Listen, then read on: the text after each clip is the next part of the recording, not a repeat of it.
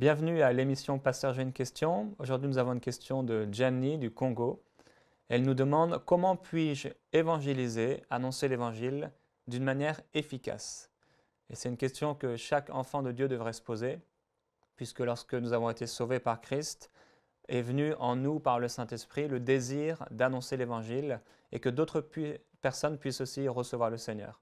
Donc, comment annoncer l'évangile avec efficacité?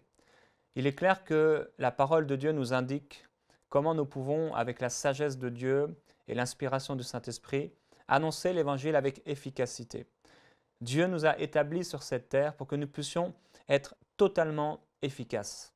Et si Dieu nous a plantés sur la terre et a mis en nous le Saint-Esprit est un esprit efficace. Et il faut que dans notre annonce de l'Évangile, on puisse vraiment être de plus en plus efficace pour le royaume de Dieu et voir des âmes venir au Seigneur. C'est notre plus grande joie en tant qu'enfant de Dieu. Donc, comment annoncer l'Évangile efficacement? La Bible nous dit une chose par rapport au Saint-Esprit. Dans Jean au chapitre 16 et au verset 8, elle nous dit que le Saint-Esprit convaincra le monde de péché. Le Saint-Esprit, le ministère du Saint-Esprit aujourd'hui est de convaincre le monde de péché. Comment le Saint-Esprit produit une conviction de péché chez les gens? C'est qu'il va, au travers d'un fardeau qu'il va mettre sur eux, comme ouvrir leur conscience par rapport à leur état de perdition éternelle. Il faut appeler un chat, comme on dit, et il faut appeler un pécheur un pécheur. Un pécheur, c'est une personne qui est en direction de l'enfer. C'est une personne perdue qui n'a aucun privilège et aucun héritage en Christ. C'est une personne qui, s'il n'accepte pas le Seigneur, s'il ne renonce pas à sa vie, demain, s'il meurt, ira en enfer. Et c'est une chose terrible et nous devons, nous, l'Église, faire quelque chose par rapport à ça. Nous devons prier, mais nous devons aussi annoncer l'Évangile avec efficacité. Malheureusement, on s'aperçoit que les croyants sont parfois même un obstacle à ce que le Saint-Esprit veut accomplir dans la vie des incroyants.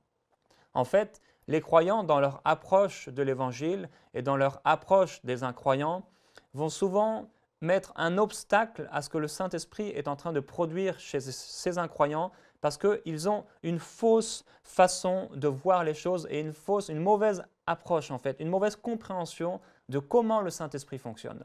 Le Saint-Esprit, lorsqu'il va convaincre quelqu'un de péché, ne s'approche pas de cette personne en lui disant « Tu sais, tout va bien dans ta vie, tu es très bien, tu essaies de bien obéir à Dieu, tu fais des belles choses religieuses, mais il suffit que tu puisses faire juste une petite chose, un petit changement et tout ira bien. » Non, le Saint-Esprit met une conviction de péché sur la personne jusqu'à ce qu'elle se sente véritablement mal et qu'elle puisse en fait, entre guillemets, avoir les yeux à l'intérieur, les yeux qui voient à l'intérieur d'elle, dans son esprit, la mort qui réside en elle, les ténèbres qui sont dans son esprit et combien elle est loin de Dieu et combien même elle est une insulte à Dieu. Donc, le Saint-Esprit convainc les pécheurs de péché. Il est intéressant de noter qu'il ne convainc pas les croyants de péché puisque nous avons été sanctifiés, mais c'est notre conscience en tant qu'enfant de Dieu qui nous dit quand nous faisons du mal ou du bien, mais le Saint-Esprit convainc le monde. Il convainc le monde de péché. En fait, il montre au monde combien ils sont pécheurs, combien ils sont loin de Dieu. Et les croyants, lorsqu'ils annoncent l'Évangile, la plupart du temps, qu'est-ce qu'ils vont faire? C'est qu'ils vont essayer de rassurer les incroyants. Ils vont essayer de rassurer les pécheurs. En fait, entre guillemets, ils vont essayer d'être gentils avec le pécheur. Et ce n'est pas qu'on doit être méchant avec les pécheurs, non, pas du tout. On doit être rempli d'amour, rempli de grâce. Mais l'amour dit la vérité. L'amour dit la vérité et l'amour n'a pas peur de dire la vérité. Donc, on va parler de ces obstacles que parfois les chrétiens mettent dans leur annonce de l'Évangile. Il n'y a pas de promesse pour l'incroyant. J'ai entendu parfois des chrétiens parler à des pécheurs comme s'ils étaient eux-mêmes sauvés. Certains chrétiens, parce qu'ils ne veulent pas offusquer les incroyants, vont leur parler comme si c'était leurs frères, comme si c'était leurs sœurs dans l'Église, des enfants de Dieu. Mais il est important de souligner qu'ils n'ont aucun héritage. Pour le moment, jusqu'à ce qu'ils acceptent le Seigneur, il n'y a aucun héritage pour le pécheur. La seule possibilité qu'il a, c'est de reconnaître son péché, de s'approcher de Dieu et à ce moment-là, il aura l'héritage du royaume de Dieu et l'héritage des enfants de Dieu. Mais avant cela, il n'a aucune promesse, si ce n'est la promesse du salut qui se trouve en Jésus-Christ. J'ai étudié et j'étudie régulièrement les enseignements de Charles Finney. Charles Finney est un revivaliste, un homme qui a vu des réveils extraordinaires. Et cet homme disait que pourquoi il avait tous ces fruits-là, c'est parce qu'il utilisait les bons outils. Et il expliquait que si nous utilisons les bons outils et de la bonne façon, obligatoirement, nous récolterons des fruits. Et aujourd'hui, c'est un peu ce problème qu'on a dans l'annonce de l'Évangile, c'est que souvent, nous n'utilisons pas les bons outils. Et ça a été mon cas pendant longtemps, et même encore aujourd'hui, j'apprends à utiliser les bons outils de la parole de Dieu, à communiquer le véritable Évangile. Non pas un Évangile qui est dilué, un demi-évangile, une demi-bonne nouvelle, mais le véritable Évangile. Lorsqu'une personne est sauvée, elle le sait. Nous n'avons pas besoin de lui prouver qu'elle est sauvée. Et il ne suffit pas de dire oui à Jésus ou alors de signer un document, de faire une prière et de dire maintenant aux gens, voilà, tu es sauvé. Ça a été mon cas bien des fois. Je voyais des gens, je leur annonçais l'Évangile et ils faisaient ce qu'on appelle la prière du pécheur, on va en parler tout à l'heure. Et là, je leur disais, gloire à Dieu, maintenant tu es un enfant de Dieu. Et ça, on va voir que c'est quelque chose de dangereux. Et c'est devenu, malheureusement, la méthode numéro 1 d'évangélisation. Nous voyons l'incroyant, nous parlons avec lui, nous lui annonçons parfois même vraiment un demi-évangile et nous lui disons maintenant, voilà, tu es un enfant de Dieu. Dans la façon d'annoncer l'évangile, on a vu souvent que nous avons peur de dire la vérité. Donc, nous allons annoncer l'évangile, nous allons annoncer la bonne nouvelle, sans annoncer les réalités de la mauvaise nouvelle s'ils n'acceptent pas le Seigneur. Nous parlons de notre Église, nous parlons de notre témoignage, nous parlons même parfois de combien notre pasteur est bien, combien ses messages sont excellents. Nous parlons de tellement de choses sans parler de Jésus-Christ. Lorsque nous annonçons l'Évangile, la seule personne que nous devons prêcher, c'est Jésus-Christ. Le seul qui peut sauver, le seul qui peut pardonner, le seul qui peut racheter de toute iniquité. Lorsque nous annonçons l'Évangile, nous annonçons le péché.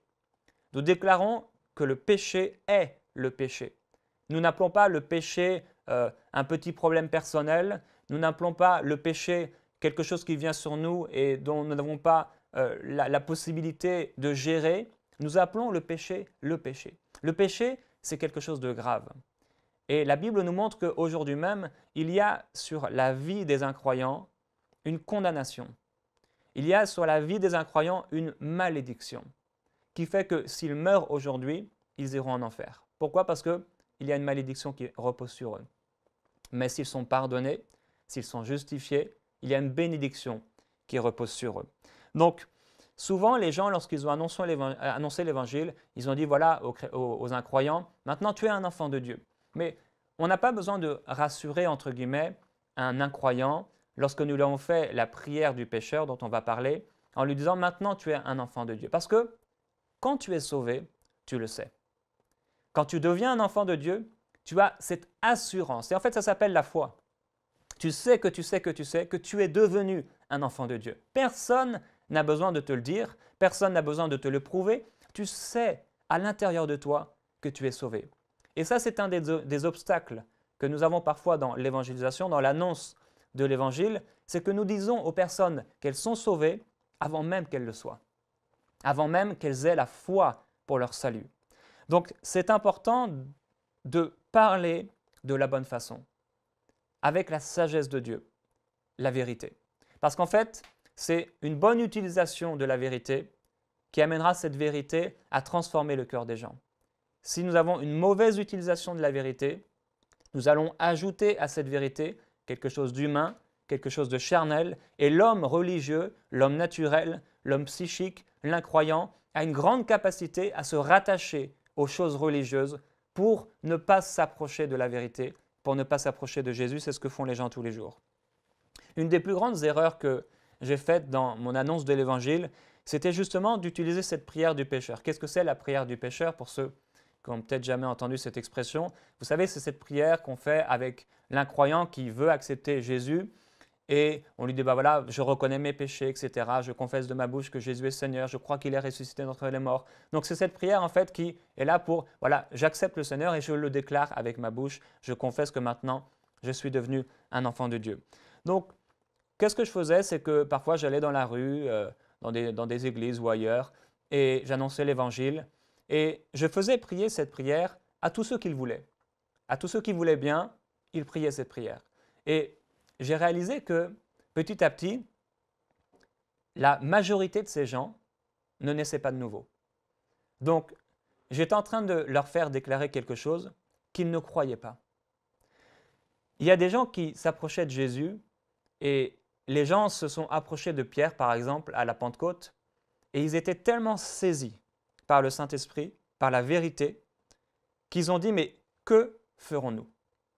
Pierre n'était pas là en train de les presser à prier une prière, à déclarer une prière, mais Pierre a prêché la parole de Dieu, a prêché la vérité, et cette vérité, parce que leur cœur s'est ouvert, ce n'est pas nous qui forçons leur cœur à s'ouvrir, mais parce que leur cœur était ouvert, cette vérité a commencé à pénétrer dans leur esprit, et à ce moment-là, ils ont dit, mais qu'allons-nous faire?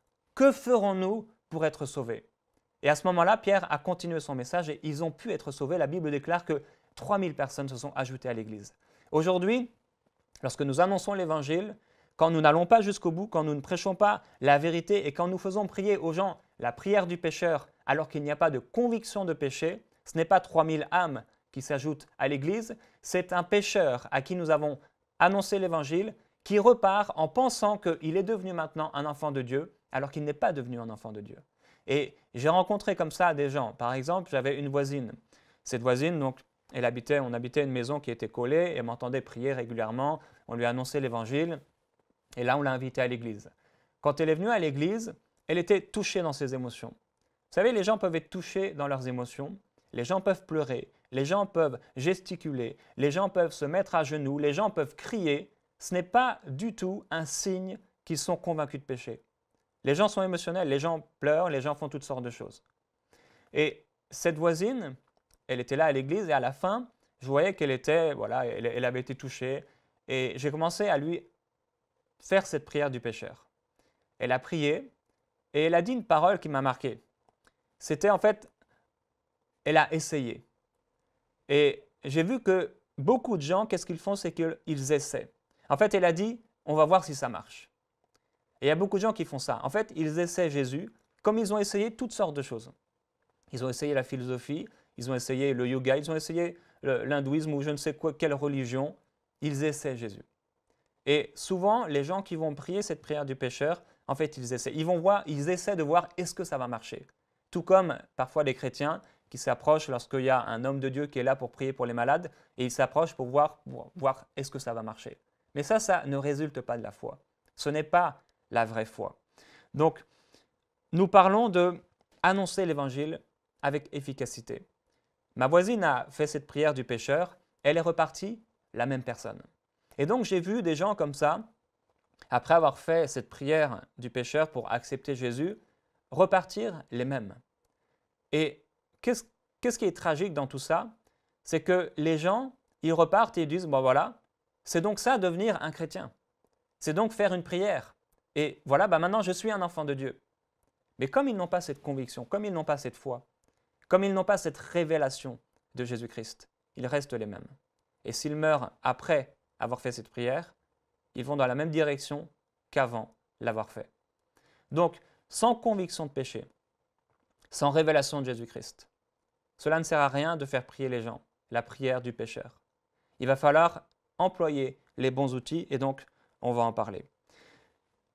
Induire les gens en erreur lorsque nous annonçons l'Évangile, c'est quelque chose de terrible. Leur annoncer une parole qui est censée être la vérité et qui les amène finalement en enfer est une chose terrible. Ce serait comme un médecin qui dit à quelqu'un « j'ai vraiment le bon médicament pour vous. Vous avez un problème de migraine et j'ai exactement le médicament qui va guérir votre migraine. » Cette personne prend ce médicament et en fait, c'est un médicament pour les rougeurs sur les pieds. Qu'est-ce que ça va produire? Absolument rien. Elle ne sera pas guérie de ses migraines. Pourtant, il disait avoir la vérité, il disait avoir le bon remède, mais le remède a été mal utilisé. Ce n'était pas le bon remède. Et nous devons utiliser le bon remède de la bonne façon. Un jour, donc, quand on a parlé à notre voisine et qu'elle est repartie, vous savez, il y a des gens qui venaient à Jésus et ils faisaient cette prière. Ils venaient au Seigneur et ils étaient touchés par Jésus comme ma voisine a été touchée, entre guillemets, par Jésus. Mais avez-vous remarqué que ces gens touchés dans les évangiles étaient les mêmes personnes qui ont crié quelques semaines plus tard « Crucifie-le ». Être touché par Jésus, c'est tellement différent qu'être converti, être réellement sauvé, être convaincu de péché et avoir une révélation de Jésus-Christ. L'apôtre Paul disait, quand il a trouvé bon à Dieu de me révéler son Fils. Saul était là et il n'avait aucune révélation de Jésus. Mais quand le Père a amené une révélation du Saint-Esprit dans son cœur, il a pu être sauvé. Avant ça, il ne pouvait pas être sauvé. Donc, en fait, ce qu'on réalise, c'est que souvent, nous voulons remplacer le travail du Saint-Esprit. Ça, c'est vraiment important. On veut amener la personne à être sauvée par nous-mêmes, par notre témoignage. Mais la personne est sauvée, en fait, avec 4 agents. Ça, c'est dans le livre de Charles Finet, qui s'appelle « Les réveils religieux ». Charles Finet explique que dans une conversion, il y a souvent 4 agents qui opèrent. Il y a le pécheur lui-même, qui doit accepter la parole qui est annoncée. Il y a la vérité qui est dite. Il y a le travail du Saint-Esprit et il y a le croyant qui annonce la vérité. Sans ces 4 agents, il y a quelque chose qui manque.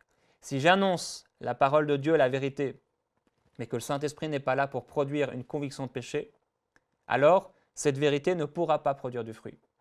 Si le Saint-Esprit convainc cette personne de péché, mais que le chrétien arrive avec un faux évangile ou un faux message, cette personne ne pourra pas être sauvée. Donc, il y a vraiment ces 4 agents qui sont importants et on ne doit pas limiter l'annonce de l'évangile à notre propre témoignage. On peut témoigner de la bonne façon, mais c'est le Saint-Esprit. C'est complètement surnaturel.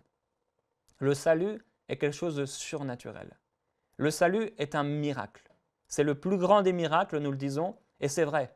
Parce qu'on réalise qu'on peut annoncer l'évangile, on peut essayer, entre guillemets, de prouver que Jésus est la vérité. Des gens, ils essaient même de convaincre les gens par toutes sortes d'arguments. Et ils essaient de faire toutes sortes de choses et il n'y a pas de conviction de péché. Pourquoi? Parce que c'est complètement surnaturel. La révélation de Jésus-Christ est complètement surnaturelle. Je ne peux pas la produire et vous ne pouvez pas la produire. Seul le Saint-Esprit, au travers de la vérité qui est annoncée et de la prière fervente du juste, peut amener cette révélation surnaturelle. Ce qu'il est important de faire lorsqu'on annonce l'Évangile, c'est d'appuyer là où ça fait mal. Vous allez réaliser que lorsque vous parlez de Jésus, les gens vont vous poser certaines questions dès le départ et c'est exactement là que leur conscience, que le Saint-Esprit est en train de travailler dans leur conscience. Le jeune homme riche s'est approché de Jésus et ce jeune homme riche, il pensait être saint. Qu'est-ce qu'a fait Jésus? Il a appuyé exactement là où ça faisait mal pour ce jeune homme riche. Il lui a parlé de son amour pour l'argent. Il y a des gens, ils n'ont pas de problème avec l'amour de l'argent. Ils ont d'autres problèmes. Par exemple, un des problèmes qui est souvent rencontré, c'est la divinité de Jésus-Christ. Certaines personnes vous diront, mais est-ce que réellement Jésus est la vérité? Certaines personnes vous parleront de l'authenticité de la Bible. Certaines personnes vous diront, mais si j'accepte le Seigneur, est-ce que ça veut dire que je devrais arrêter de fumer?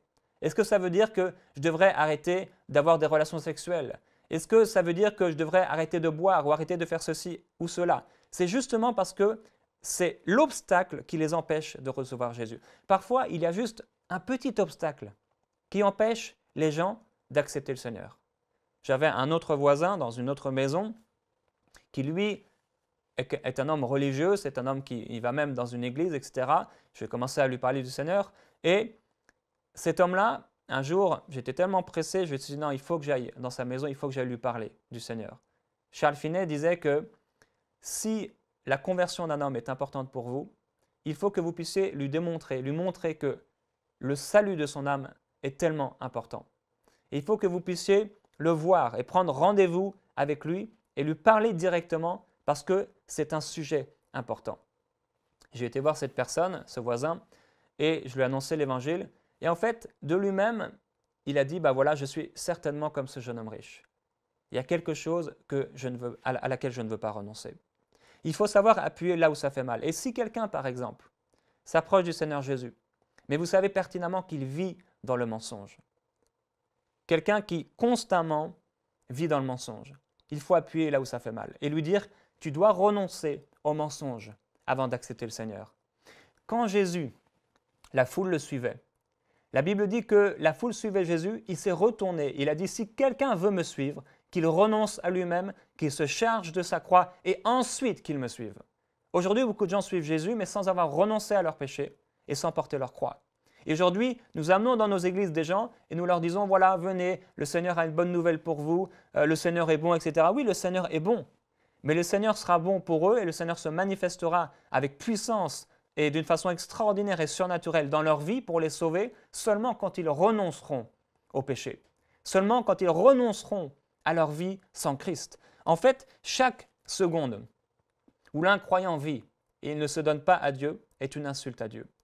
Ce serait comme une personne qui roule sur une autoroute à 180 km/h, qui est poursuivie par toutes sortes de voitures de police et qui continue comme si rien n'était. C'est exactement la situation des gens aujourd'hui qui ne veulent pas du Seigneur. Ils sont en train de vivre leur vie dans le péché comme s'il n'y avait rien, comme s'il n'y avait pas de malédiction qui reposait sur eux. C'est aux pécheurs de se livrer à Dieu. C'est à lui de renoncer à son péché. Quand cet homme riche, ce jeune homme riche, quand Jésus a parlé quand il a appuyé exactement là où ça faisait mal, la Bible dit qu'il est reparti tout triste. Jésus n'est pas venu, n'a pas couru derrière lui pour lui dire « Ah mais non, c'est pas exactement ce que je voulais dire, tu sais, c'est vrai, tu essaies de bien obéir à la loi religieuse, c'est vrai, tu fais quelque chose de bien, peut-être que demain ça ira mieux, peut-être, viens avec moi. » Non, il l'a laissé repartir tout triste. Et quand on annonce l'évangile aux gens, s'il n'y a pas de conviction de péché, si les gens ne sont pas prêts à reconnaître que Jésus est le Fils de Dieu, si les gens ne sont pas prêts à reconnaître leur péché, laissons-les partir tout tristes. Nous ne pouvons pas produire ce que le Saint-Esprit peut produire. Nous les laissons partir tout tristes au lieu de leur faire prier cette prière du pécheur et le Saint-Esprit va continuer son travail au travers de la vérité qui a été prêchée car nous savons, la parole de Dieu ne revient pas à lui sans avoir accompli son effet. Donc nous laissons le pécheur dans sa maison, seul. Nous le laissons là et nous prions alors que nous sommes chez nous, avec efficacité, avec ferveur. Nous prions afin que le Saint-Esprit puisse mettre une conviction de péché à cause de la parole qui a été déclarée et que cette personne puisse véritablement accepter le Seigneur suite à la vérité qui a été exposée. Si constamment nous sommes en train de revoir cette personne et essayer de le convaincre et essayer d'argumenter avec lui, nous sommes en train d'être un obstacle au travail du Saint-Esprit. Et cette personne, parfois, se rassurera en disant « Bon, je suis avec un chrétien, je vais à l'église, je lis la Bible, je fais telle et telle chose, j'essaie de faire les choses. » Et en fait, il n'est pas sauvé. Et il y a tout un tas de gens aujourd'hui dans l'église qui ne sont pas sauvés. Avoir un mauvais message, c'est quelque chose de dangereux. Aujourd'hui, beaucoup de gens, des millions en fait, dans le monde, se disent chrétiens, se disent enfants de Dieu. Pourquoi? Parce qu'on leur a dit être chrétien, c'est aller dans une église, c'est se faire baptiser quand on est bébé. Parce qu'il y avait une vérité qui a été mal exposée, des mensonges qui ont été ajoutés, parce qu'on leur a dit c'est ça un enfant de Dieu. Aujourd'hui, ils sont assis dans l'église, ils lisent parfois leur Bible, ils peuvent même faire quelques offrandes et ils ne sont pas sauvés. Parce qu'on leur a prêché un demi-évangile, et qui est en fait un mensonge. Donc, il faut savoir appuyer là où ça fait mal. Dire aux personnes, voilà, tu veux accepter le Seigneur, tu dois renoncer à ta vie. Comme Jésus disait, tu veux suivre Jésus réellement, tu dois renoncer à toute ta vie. Pas seulement renoncer à ce qui te plaît, tu dois renoncer à ta vie, tu dois renoncer à tes plans, tu dois renoncer à ta propre volonté. Si aujourd'hui, Dieu te disait de vendre tout, qu'est-ce que tu ferais? Cette personne doit être prête. Elle doit être prête. Ça ne veut pas dire que Dieu lui demandera forcément de tout vendre. Parce qu'on voit par exemple que Paul disait à Timothée que les riches soient riches en bonnes œuvres. Il ne leur a pas dit de tout vendre. Donc, ce n'est pas tout le temps que Jésus va dire aux gens de tout vendre. Mais par contre, ce que Jésus va tout le temps dire, c'est de renoncer à sa vie et d'offrir sa vie et de livrer sa vie à Dieu comme un sacrifice de bonne odeur, qui est pour lui un sacrifice qui lui est agréable. Donc, il y a une résistance du pécheur par rapport au travail du Saint-Esprit. Quand cette conviction du péché vient dans la conscience d'une personne, il y a une résistance. Et là, c'est là où vous allez voir le type de cœur que cette personne a. Il y a différents types de cœurs. Il y a des cœurs qui vont s'accrocher, il y a des cœurs qui vont se décrocher. Il y a des cœurs qui ne vont jamais réussir à prendre racine et être sauvés parce qu'ils n'ont pas l'amour de la vérité. L'amour de la vérité, c'est quelque chose de tellement important. Et je prie que vous puissiez découvrir cet amour de la vérité chez les gens à qui vous annoncez l'Évangile. La conviction de péché, c'est comme un fardeau pesant qui vient sur le pécheur jusqu'à ce qu'il craque, jusqu'à ce qu'il succombe, jusqu'à ce qu'il plie le genou. J'ai parlé à une femme il y a 2 semaines du Seigneur et cette femme m'expliquait, une incroyante, elle m'expliquait qu'elle était dans sa cuisine et elle a dit « Mais si Dieu existe, si tu existes, pourquoi il m'arrive tout ça ?» Le Saint-Esprit est tombé sur elle et s'est mise à genoux. Elle ne connaît pas de chrétien. Et là, elle a commencé à se sentir mal, tellement mal. Cette femme n'est pas encore sauvée. Pourquoi? Parce qu'elle résiste. La Bible dit « Ne résistez pas au Saint-Esprit ». Et le pécheur fera tout. Il se cachera derrière la religion. Il se cachera derrière sa Bible. Il se cachera derrière des œuvres religieuses. Il se cachera derrière tellement de choses pour ne pas venir à Jésus.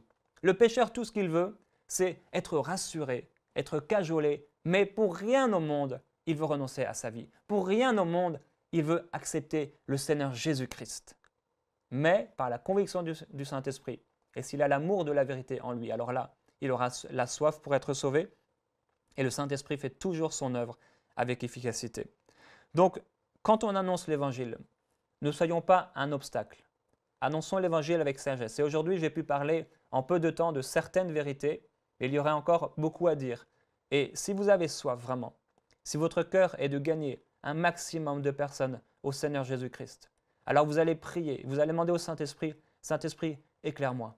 Comment puis-je annoncer l'Évangile efficacement ?» Le Saint-Esprit vous éclairera. Et je vous encourage fortement à vous procurer ce livre, Les réveils religieux de Charles Finet. Vous pouvez le trouver sur le site enseigne-moi.com gratuitement en téléchargement. Lisez ce livre et regardez la sagesse que cet homme a développée au travers de son expérience, au travers de son étude de la parole de Dieu. Et vous serez vraiment bénis. Donc, nous devons apprendre à travailler, non pas en étant un obstacle au Saint-Esprit, mais en collaboration étroite avec le Saint-Esprit. C'est ce que les apôtres faisaient, c'est ce que les disciples faisaient. La Bible dit qu'ils annonçaient la parole de Dieu et le Saint-Esprit travaillait avec eux. Soyons donc en collaboration étroite avec le Saint-Esprit, tout en décernant l'état spirituel du pécheur et là où il se trouve et les différentes étapes qu'il doit traverser. Annonçons la vérité, déclarons la parole de Dieu et annonçons un message qui est clair. Jésus-Christ et Jésus-Christ seul, le renoncement au péché, le renoncement aux œuvres mortes. Et tout ceci amènera, pour la gloire de Dieu, des saluts véritables, des gens qui auront parfaitement renoncé à leur vie. Que le Saint-Esprit nous éclaire toujours plus pour annoncer le véritable évangile et que nous puissions maîtriser cet art de l'évangéliste, que nous soyons des administrateurs fidèles, cet habile architecte qui annonce l'évangile avec efficacité et qui voit des âmes gagnées à Christ. Nous espérons que cette émission vous a béni. Si vous aussi vous avez une question biblique sans réponse, envoyez-la nous par email à pasteurj'aiunequestion@enseigne-moi.com.